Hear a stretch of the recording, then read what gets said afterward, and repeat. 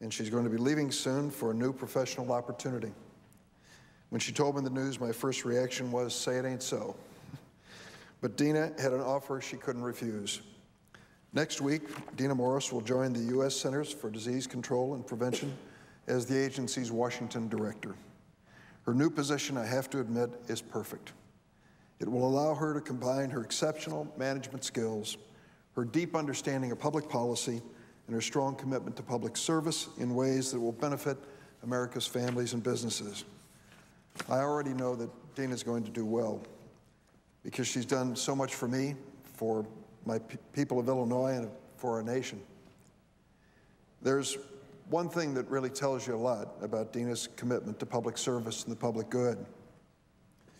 Dina Morris came to me 12 years ago, left a K Street law firm, come to work in the Senate as a staffer. She took a substantial pay cut to do it. She started in my office as a legislative assistant, handling education issues. Her portfolio quickly expanded to include public health, and then all the healthcare issues. By 2007, it was clear to me she was the right person to direct all the legislative activity in my office. Even with all the promotions and the new titles, Dina still earns less today than what she earned at that law firm when she left 12 years ago. So when I hear my fellow senators come to the floor and talk down our staff and talk about denying them basic things like health coverage, I think about Dina and the hundreds just like her who make the Senate work and who do it not for the money, not for the benefits, but because they want to leave a mark. Dina has done that. You see, instead of making mountains of money, Dina chose to help, and to help the Senate make history. And for that, I'm forever grateful. It'll take too long to recite all the things that she's worked on, but I can list a few. The American Recovery and Reinvestment Act. It was the economic stimulus that was initiated by the Obama administration to bring America out of the Great Recession after the 2008 economic crisis.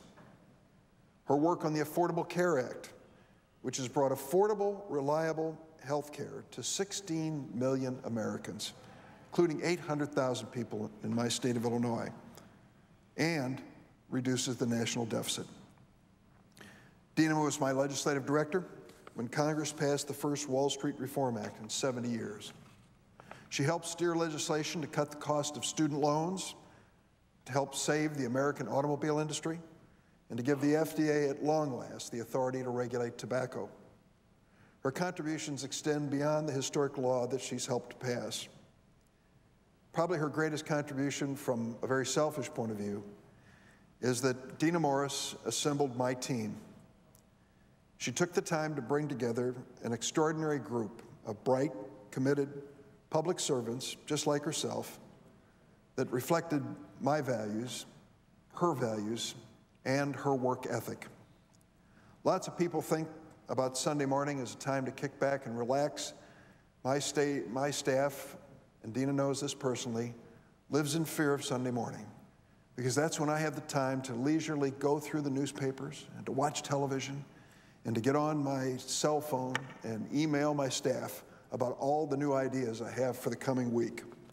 It's a drill that Dina knows well, in which she handles with such skill and does so effectively.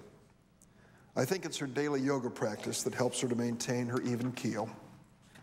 I want to thank her husband, Peter Rogoff, who's joined us, a former longtime Hill staffer.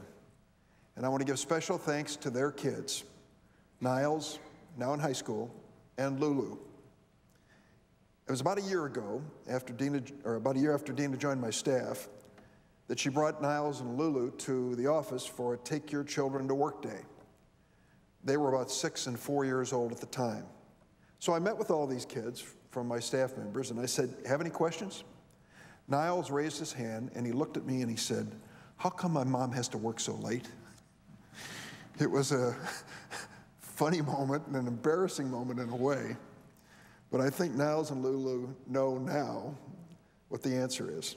It's because their mom cares so much about what she does and cares so much about the people that she can help.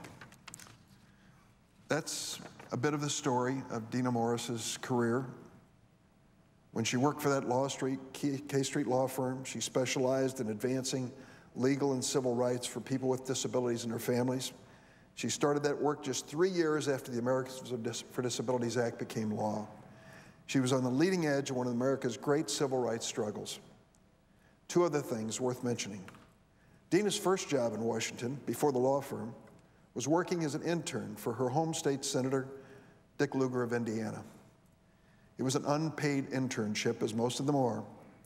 So to pay the rent, Dina had to work 5 nights a week on Capitol Hill at another unique Washington institution, the Hawk and Dove, which happens to be a local popular Capitol Hill watering hole.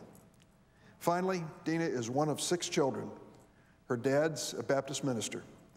In her whole family of origin, parents and sibling, Dina Morris is the only Democrat. She is a brave woman and tells me that they don't really talk a lot about politics at family gatherings.